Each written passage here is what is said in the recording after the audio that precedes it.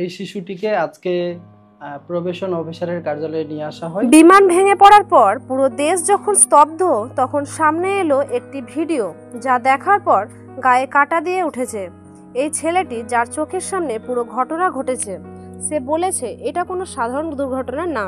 ছেলেটির দাবি সে নিজে চোখে দেখেছে বিমানের আগুন ধরার আগে সেটি নিয়ন্ত্রণ হারিয়ে স্কুলের দিকে ঘুরে যায়।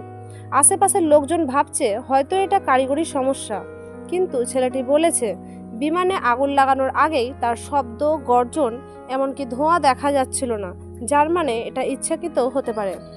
এদিকে একটি সিসিটিভি ফুটেজ ছড়িয়ে পড়েছে, যেখানে দেখা যাচ্ছে দূরে আকাশে হঠাৎ করে একটা বিকট আলো ও বিস্ফোরণ হয়, শব্দ উঠছে।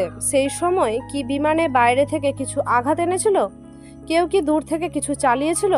আবার কিছু মানুষ বলছে এটি হয়তো একটি পরীক্ষামূলক যুদ্ধবিমান ছিল, যা নিয়ন্ত্রণের বাইরে চলে গেছে।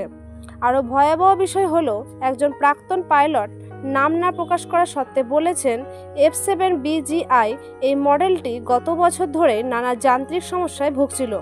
তাহলে প্রশ্ন আসে, কেন সেই বিমানটি শিক্ষা প্রতিষ্ঠানের ওপর দিয়ে উঠতে দেয়া হলো?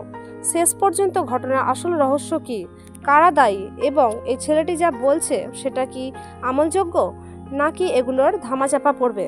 আপনার কি মনে হয়, এটা কি নিছক দুর্ঘটনা, না এর পেছনে আছে বড় কোনো ষড়যন্ত্র? নিচে মন্তব্য করে আপনার মতামত জানান। ধন্যবাদ।